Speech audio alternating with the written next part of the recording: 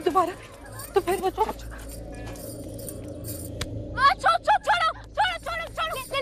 छोड़ दिया। सुधा, 1 मिनट सुधा, आ तो सही। ये देख, हमारा नया घर, हमारी बड़ी सी रसोई है ना, कितनी प्यारी। और हाँ पूर्वी, इधर देख, यहाँ पर ना हम बड़ा सा पंखा टांगेंगे और चाहे कितनी भी बारिश हो यहाँ पर पानी भी नहीं टपकेगा। और तुझे पता है यहाँ पर ना कोई जंगली जानवर भी अंदर नहीं घुस सकते। तुझे खिड़की से दिखाती हूँ, आ खिड़की से देख, सब कुछ कितना प्यारा दिखता है ना। प्रियू, फोन छोड़ दे बेटा, पहले नाश्ता कर लो। पूर्वी, अब हमें ना चूल्हा जलाने की जरूरत भी नहीं है, सब गैस पर बनेगा। मेरी अम्मा को ना अब यहाँ पर कुछ करने की जरूरत नहीं है, ना ही मेरे पापा को कुछ करना पड़ेगा। पूर्वी, कहाँ खो गई? कैसा लगा सब कुछ? बहुत अच्छा है, पर सुधा ये सब कैसे? ये देख, मैं तेरे लिए क्या लेकर आई हूँ, मेरा पुराना वाला लहंगा। तुझे बहुत पसंद है ना, तू रख इसको। पर सुधा, इसमें तो तेरी किताबें हैं, इसका मैं क्या करूँगी? क्या करूँगी अब? मतलब तू शादी के बाद पढ़ने नहीं वाली क्या? पढ़ाकू, शादी के बाद भी कोई लड़कियां पढ़ती हैं क्या? हाथों में मेहंदी लगी, हाथों से किताबें हैं। पर सुधा, तुझे तो कितना पसंद है पढ़ना, तो ये मुझे तो तू भी बहुत पसंद है। चलेगी मेरे ससुराल? नहीं चल सकती ना। ऐसे पूर्वी, शादी के बाद में लड़कियों की मर्जी नहीं चलती है, जो पति बोलेगा वही करना पड़ेगा। बारात आने वाली है दीदी, अम्मा बुला रही है। आई पूर्वी, चल, लेट हो जाएगा। हाँ।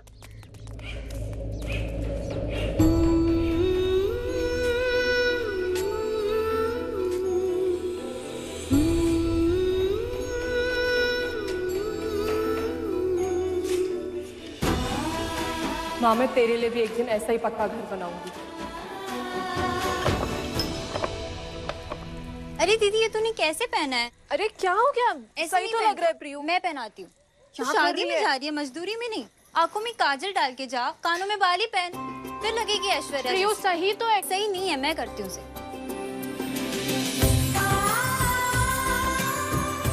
गले में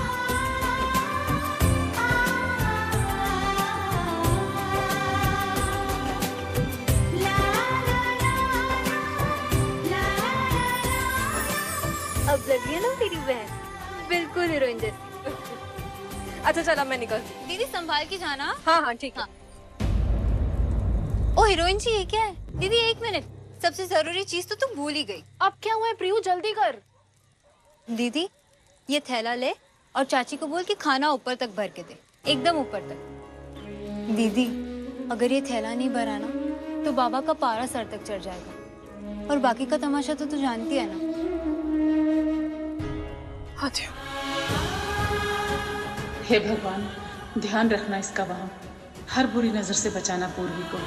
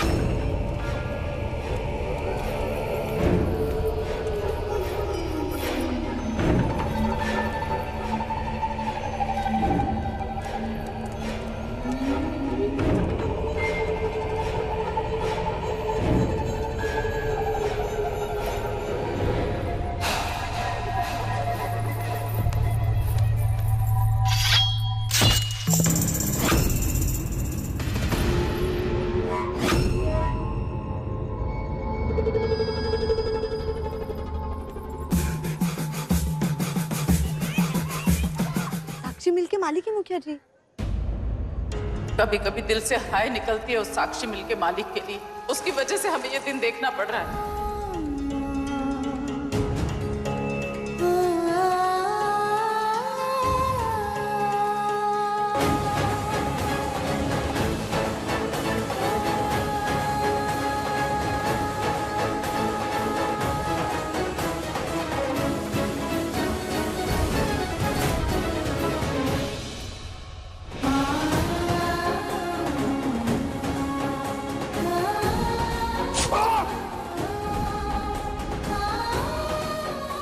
भगवान, तो ये है वीरेंद्र प्रताप सिंह, साक्षी मिल के मालिक, और हमने इनके पैर पर मार दिया।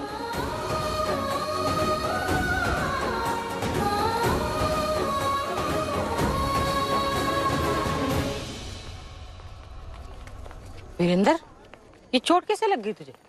माँ मिल में चोरनी घुस गई थी। भाभी, अरे खुशी की बात है, मुंह क्यों लटका लिया है? भाई वादे के मुताबिक एक पक्का मकान और ये 5 लाख रुपया। पूरी जिंदगी अपनी झोंक देता, इतना पैसा नहीं कमा सकता था। ले भाई, लड़की के ब्याह से एक झटके में कमा लिया तूने कैसे? तो फिर आज से तेरी लड़की मोल की हुई। खबरदार, जो किसी ने उस शादी में जाने की बात भी की तो इसे वहां मत भेजो। तुम्हें पता है ना वहां पे क्या होता है। इसलिए माँ नहीं चाहती थी कि हम शादी में आए, क्योंकि यहाँ तो मोल के रिश्ते तय हो रहे हैं। बहुत बहुत शुक्रिया गांधी भाई, बहुत बहुत शुक्रिया।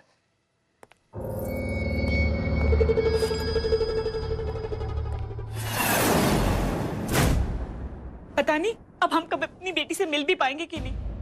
बेचने से अच्छा तो उसे पैदा होता ही मार दिया होता आपने। अरे पागल मत बन, बेटी और अपने दोनों के सुख के लिए किया मैंने सब। चल तू सुधा को मंडप में लेके आ, फेरे का वक्त हो गया है। चल जल्दी।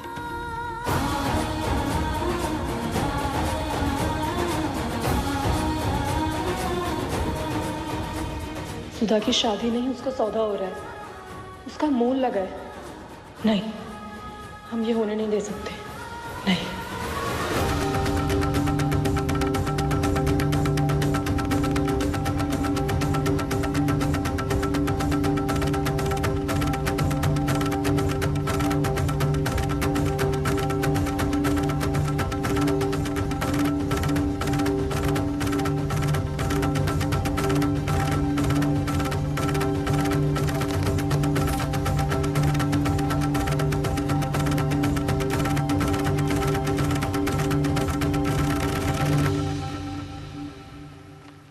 शिखा, तुम सब लोग बाहर जाओ, हमें कुछ बात करनी है। अरे जाओ तो सही, हम बताते हैं, जल्दी बताते हैं। जल्दी जाओ, जल्दी। अरे जल्दी जाओ, 1 मिनट आ जाओ।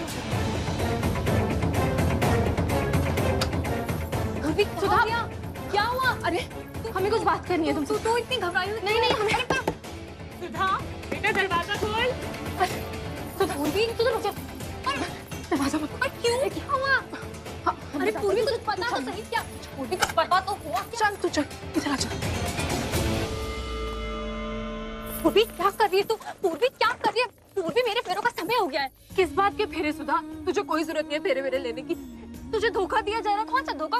तू क्या बोले जा रही है? मुझे कुछ भी समझ में नहीं आ रहा। सुधा, मेरी बात तो सुन, हम सच कह रहे हैं। हमने अपनी आंखों से देखा है, तुझे मोल की दुल्हन बनाया जा रहा है। मैंने अपनी आंखों से देखा है। तेरे बाबा ने तुझे बेचा है सुधा। तेरे बाबा को 5 लाख रुपए मिले तेरे बदले में, और जो तू वो पक्का मकान दिखा रही थी वो तेरे बदले में दिया गया है।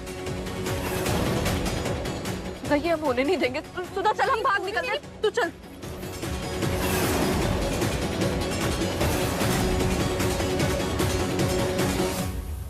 दुल्हन को लेकर कहाँ भाग रही थी तू? क्या बकवास कर रही थी तू? बहुत सुन ली थारी, अब तुम्हारी सुन ले। यो कोई चोरी चकारी ना चल रही थी।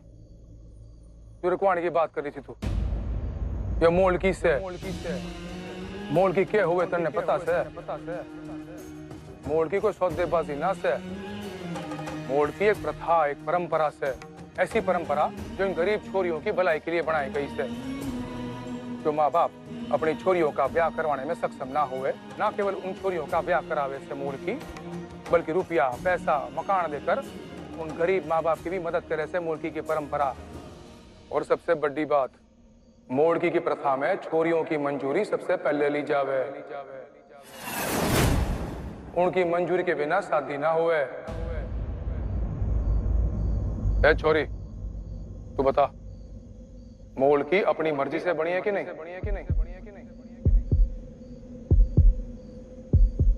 हाँ मुखिया जी, ये शादी मैं अपनी मर्जी से कर रही हूँ। हम पलकी भी मैं अपनी मर्जी से ही बनी हूँ।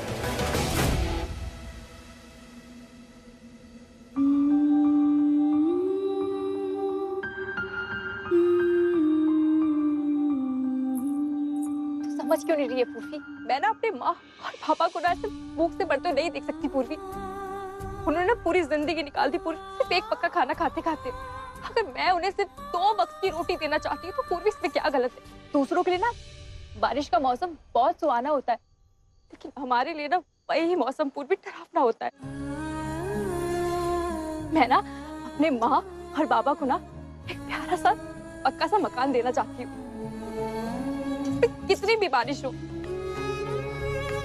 ना वो पानी टपके और ना मेरा घर टूटे। और मुखिया जी बिल्कुल सही कह रहे हैं, बल्कि इसमें जो भी पैसे मिले ना इससे मेरे माँ और पापा की मदद हो जाएगी। और ना शादी के बाद ना मेरे माँ और पापा खुश रहेंगे और शायद मैं भी। मुखिया जी, मैं आपसे इसकी तरफ से माफी मांगती हूँ। इसे गलतफहमी हो गई थी, इसे माफ कर दीजिए।